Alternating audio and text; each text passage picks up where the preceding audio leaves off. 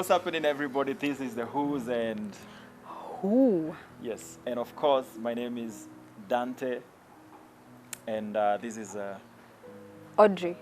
Audrey. Should I say Mwangi? Audrey Mwangi? Muhadia Mwangi? Muhadia Mwangi. Yeah. And oh, this is Mwangi Muhadia. Yeah, I am an MC, a hype MC, and a pastor at Life Spring Chapel. And what else do I do? You're a husband. I don't know. And of course, and a husband to one. Yes. Yes, my name is Audrey, like I said. I'm a banker by profession. Yes, and a wife to one. One Yes, what? one husband. Yes. Yes, we've been together for 3 years. 3 years on 4th of September. Yes. Miaka tatu sahi. And yeah, confirm. Is it 3 years? Yes. 3 years. Today is on 2nd or 3rd. No, we don't know what date is today, but 3 years on 4th of Yeah. September. 4th of September. Yes. Will be 3 years. Yes. So, day ya kwanza kuona Audrey ilikuwa funny sana. So, nilikuwa na serve church, bado mimi serve church. So, kuna vile nilikuwa nimeamua mimi sikatii mademu wa church. Sababu nilikuwa najua narrative. Kademu kakikuja church, maboys wanadania mbio mbio, alafu wanaboeka, so dem anabaki amechange hadi church. So mimi nilikuwa nimeamua but kuna huyo dem amekam and then ameenda sound room. Ameenda sound room kuhang na maboys hapo hivyo. Mimi nikajiambia hii church manzee wako juu mpaka wamehaya engineer wa sound mdem. Alafu sasa huyo dem si yani mambo mbaya zaidi sasa juu hatujai kuwa na mdem sound engineer. Kumbe alikuwa anapenda tu kuhang huko. Now that was the first time I saw her, but later tukagongana kitchen, mimi napeleka naendea chai, narudisha kikombe, yeye alikuwa ameendea maboys wake wa sound chai, tukapatana hapo, niko like sio tuongeaga na watu. I was just like salimiaga watu. Nywele uisha. Yeah, and I think that was the first encounter, but Yeah. a few days later I had a birthday and I needed people to, you know, for the first time I thought sinipoa nikuwe na an invite only kind of bash, and invited people. Masaa ya kuenda ikafika, like venye tumeweza kwa mna hang tu hapo hivyo, and then kuna kadema kana form. So mimi ndio mimi kuenaga form kwa hii dunia. So inta. So nikamwambia best yake fulani anaitwa Shazi. Nikamwambia Shazi, we ambie best yako akam na anakaa kama hana shughuli. So na akajipata kwa bash. And that night, party went on, but I decided I'm sleeping over at my friends. So kenye tutadu, mdem ndiye anakaa nika yeye ndiye ana make sense sana. Mdem anakaa kama yeye ndiye ako sober kwa hii bash yote. Of course we were not drinking or anything, but just the rowdiness. Kuna mtu mmoja tu ako sober hapa anaweza peleka waseo, because I needed the ladies that they invited, they were younger. I needed them to go back home and I needed them to be safe. So kuna vile nilikuwa nahitaji msee mmoja machua wa kuwapeleka home, now that I was sleeping over and I couldn't do that. So I called her and I asked her, niaje, I asked you, si unaweza peleka wa same time, make sure kila msee amefika home. Now akaniambia ina noma. 2 steps further akakuja akaniuliza, so utajuaje wamefika home? Nikamwambia what do you mean? Akaniambia sijui kwa ulitisha namba. I don't remember. I just Hiyo part tu hatukumbuki, but I think I told her, oh yeah, you can have this number. But nilikuwa nimesema like for a long time, for close to 6 years or so. Sikuwa napeanaga namba yangu ya simu, especially kwa madem, unless ni professional. But sasa hapa nilipeana namba yangu kwa madem for the first time in a long time. And yeah, we chatted. Hiyo night tulichat hadi Ngware that night. like almost at 4. Almost at around 4 a.m. Kuna mahali tu kwa hii story yote ilifika mahali game ikageuka, tukaanza kusukuma ball ile side. So tunabonga na mdem. Mimi niko job mahali. I think I was on training. I was on pastoral training. Yeah. Yes, we want to train upasi. So ma meetings mimi kuna venye na manage kuchat chini ya maji.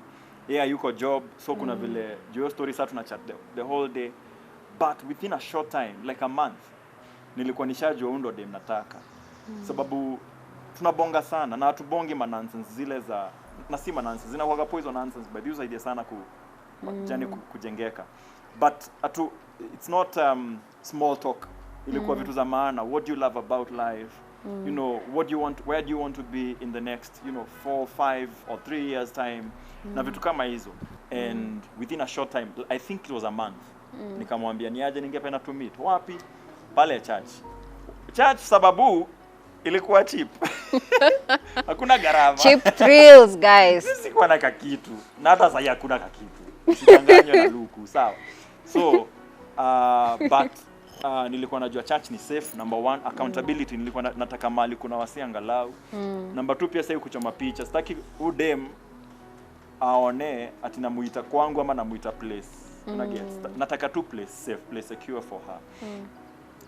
Yeah, so akakam nikamwambia mi hivi ndo nadai na hivi ndo na feel. The gap between this is what I want and her response. Yeah. I think that was the toughest time of my life. First of all, for me, I think I was so tired of I wouldn't call it mediocre, but I would say just dating for fun. You don't know why you're dating because everybody else is doing it. And I remember when we started dating, he wasn't doing pastoral traineeship at that moment. Basing on our conversations, I would see God. I would see how his deep desire to grow in the word and just to know God. And that was it for me. That was my prayer. But nakumbuka at some point nilikuwa naambia God, I wanted a man who knows you. But God, manze, mimi sikukwambia nataka pastor. You know?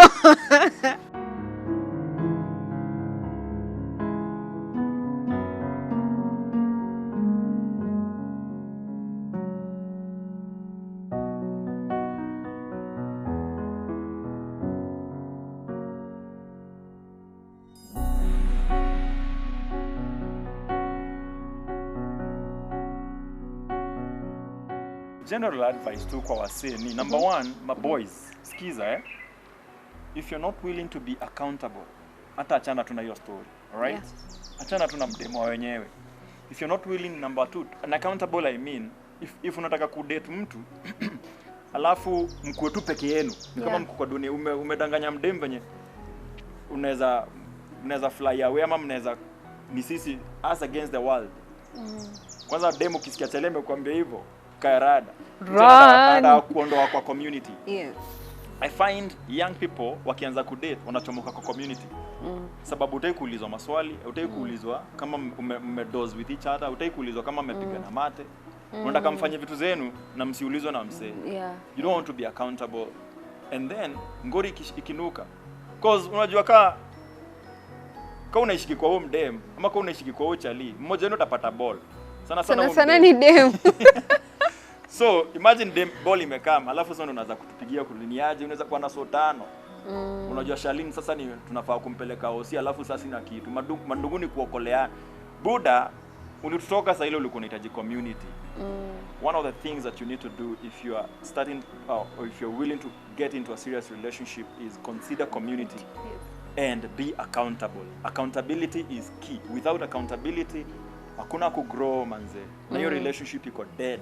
It's just about choices you make every day. It's never about how you feel. It's key because of course again you need to feel attracted to this person, you need to feel connected to this person, but that is after. It's not, I wouldn't say it is a determinant per se. There's so many other things that you need to be strong for rather than just the feeling itself. Yeah, it's just beyond the feeling. Yes, it's beyond story, normal. It's beyond feeling. Yes.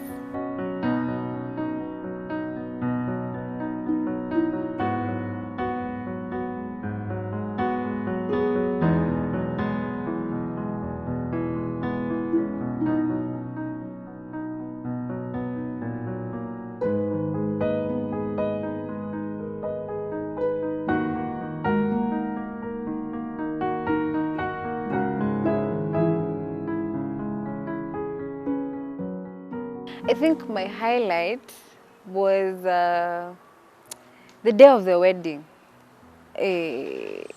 Mi nakwambia nili. Jisi unaambia nguo umepakwa makeup usilie.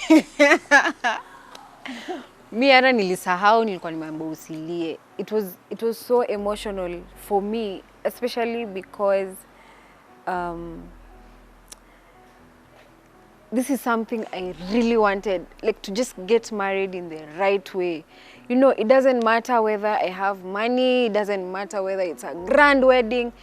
That didn't matter for me. I just wanted to get married in the right way and just have people come and witness, people that are very close to me. And I would think if my parents are there, his parents are there, my friends, my community is there, then this is it. This is it. Just people coming to witness and see me just go in a way that was honoring my parents, go in a way that was pleasant in God's eyes. I think that for me was just emotional. And best part of it was the vows. Oh my God, I cried. Nilikuwa nalia mpaka, yani machozi ilikuwa tu inatiririka kabisa. And guys, I couldn't hold myself because some of the things that he vowed to me were very deep, and there's something specific that I remember up to date. He said, my prayer is that as I grow and get to know God, He would help me lead you to Him. That for me, every day, every moment, every chance I get. That for me was just, I broke down and I couldn't hold myself. I remember those words to date, and I always tell myself, if greatest love is about not wanting this other person for yourself, but realizing there's someone much greater, that He's much greater, that He's allowed us to be together for His glory. So if you're able to lead me to Him every chance you get, then I don't know what love is. Then I don't know what else fits as love. So that for me was a highlight. That for me was big. Yes. Me highlight yangu ya wedo ilikuwa just the wedding itself. It's not a wedding you can compare to other weddings. When we were planning our wedding, we decided we want to have a rustic wedding. We wanted to have a wedding that was unique. So we wanted, our theme was rustic. Our color was mustard yellow and white. Hivi tu. And hizo ni colors watu wafanyagi kwa wedo. So we just wanted something unique, something out of this world. And most of it was just our creation. We designed it ourselves. Of course, we had a decor person and an event organizer. But when it came towards the end, and they also did a good job. But we designed it ourselves. We thought through, and hata hizo creations, you will see the photos here. Sisi tulijenga tu na my youth. My bro came in. I think that was a highlight. Kuona bro yangu akikama juu hiyo time hakuwa na job. Kuona akikam, and I could hear him say, he didn't say, but I could hear him say, mimi sina do ya kukuchangia. But yeah, wewe jua niko nawe. Yaani nitafanya hii kazi. Hii kazi ungelipa mtu fundi afanye. Mimi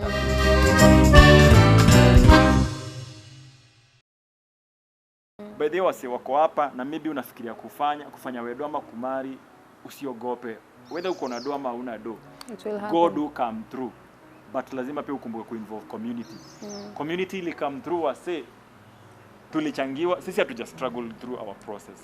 In fact, we don't even have, you see when you at Madeni you go for honeymoon and you're thinking zero, like we went for a honeymoon with zero. Bila supply anaweza die. Comment tuambie tuko na deni. Zero, and that is God, because we honestly we didn't have, we can't say that we had money set aside for the wedding. No. Nothing. Everything, like the community came through, our parents, our friends, Our and pastors. everything worked out. Siku ya wedo, because Everything. it was a COVID wedding. So kulikuwa hatuko sure ama tunafaa kuwa na wasi wangapi. So like 10 days to the wedding day ikakuwa report ikakam. Tunaweza fanya wedo ya wase chwani. Sisi tulikuwa tumepanga list ya watu 15. Yeah. Wase chwani. So tuite nani, we decided wacha tupatie opportunity wazazi wetu wakali kama beste zao kwanza. And then because we have so many friends, we decided all right, wacha tuwapatie priority. Manze wazazi wakaita mabeste zao, list ikaja. And we've not even invited. Na hata hatujaita mabeste zetu. So tukaamua mabeste zetu sasa wataingia kwa crew. Yeah. Photography mabeste zetu. Deco mabeste zetu. So Sound mabeste zetu. DJ beste yetu. So that is mabeste how zetu walikuwa all over. But hawakuwa seated kwa wale wasi walikuwa nafaa kuwa hapo. So hiyo ni highlight. So highlight ni kibao. On the wedding day itself nakumbuka tulikuwa na meetings kadhaa za utif. So tulipata report nyingine on the wedding day. Ngwari. Report imekam. Wewe anafanya makeup mahali yako, mimi niko na maboys pande nyingine. Report imekam ati hiyo story ya wase 50 hiyo ni phase 2. Na hata hatujafika hapo bado. Bado tuko phase 1 na phase 1 ni ya mtu 15. Phase 2 inaanza 18. Sasa umeinvite watu. Haya. So umeinvite watu. Wako kwa njia wanatoka Kagio. Taanzaje kuambia warudi? Utaambia nini watu? Watatuuliza olesikia wapi? Yes. So, yeah. We talked to a few people. We were secure, and but the people who were seated walikuwa bado 15. So we just worked around that. Food tulikuwa tumeleta, tukasikia gava imesema hatuwezi kuna hata huwezi pea watu food. Hatuwezi pea watu food. So ni kwanza kupigia supply kumwambia hiyo food cancel, ama before cancel fanya hivi unaweza package, unaweza kwa dish wasiwa kule wakiendaga. Iko tu ni kama basi wamebuy food. Yeah. Unajua hata kunilikuwa nimepata idea basi nifungue kibanda hapo nje tuuzie wase basi hiyo food. Juu hii dose hizi hatuwezi mwaga hii food. So hiyo day ilikuwa na challenges zake. But siwezi ambia au mresh sababu nataka day yake ikuwe fiti. Time ya wedo ikafika, kuna ngiri 5 yupe agwa pasi. Lateness fee. Ilitogo lateness fee. So hiyo do kila kapo mse wote anafanya wedo anakuwa ameamua venye ngiri 5. Jumla wao mmepitia sana, so mnataka ngiri 5 isi. Ngiri 5 tukipata tudunge pale kwa honeymoon inaweza. So harusi yetu ilikuwa inaanza 2 PM.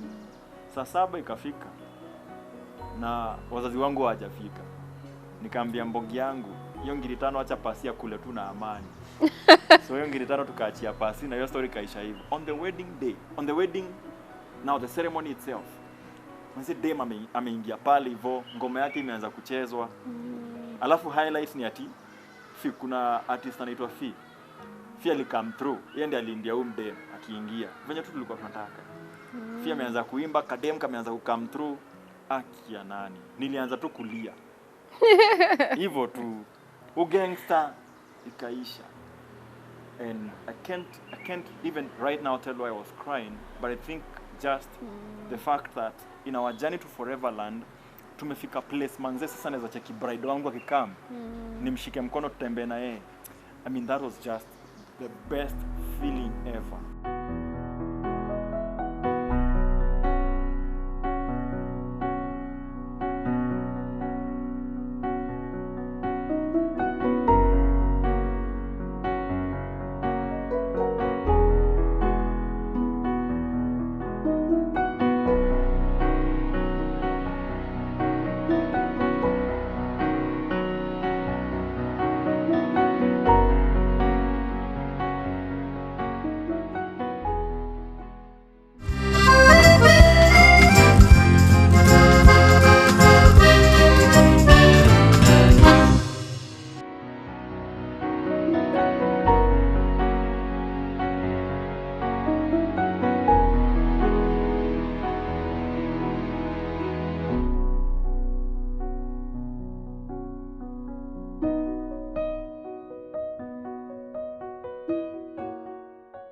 Bubu, I just want you to know that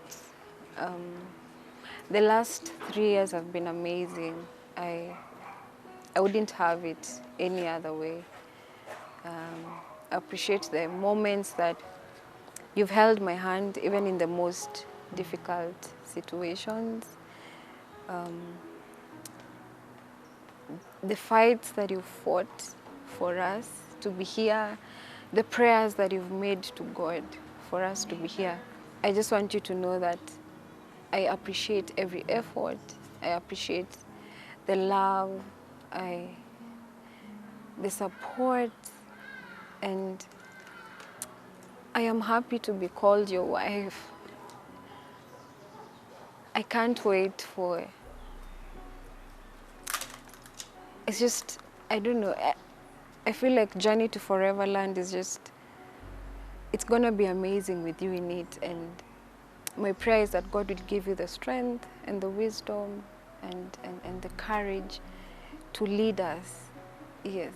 And I want you to know that I love you so much, and I am proud to be your wife. I'm very proud. Yes. The last 3 years have been amazing with you. When I committed to loving you, I didn't really understand or know how this would go, but I got in anyway. And you have taught me to pace myself. You have taught me to pray, because when I am supposed to lead and it's becoming difficult for me to lead, I've always remembered that I have at least one person who can help me do that well, and his name is Jesus. And when we are in tough times, I've always gone back to him. You being in a relationship with you has helped my relationship with God grow. You have taught me to be more apologetic. You have taught me to be more forgiving. You have taught me to be kind to others. You have taught me to be more understanding. You have taught me to love with all I am. You have taught me to be selfless. You have made me a better man. Many years ago, or just a few years ago, a few months ago, I wasn't where I am today, and it's because of you. I've seen my future would look better if I had you in my life. I just love how you are keen on details. I am not. I just love how you are neat. I am not. I just love how you are careful around people and things. I am not. And that is what I love about you. And just the fact that your relationship with God has grown every day. That amazes me. And I love you so much. I love you. I love you too.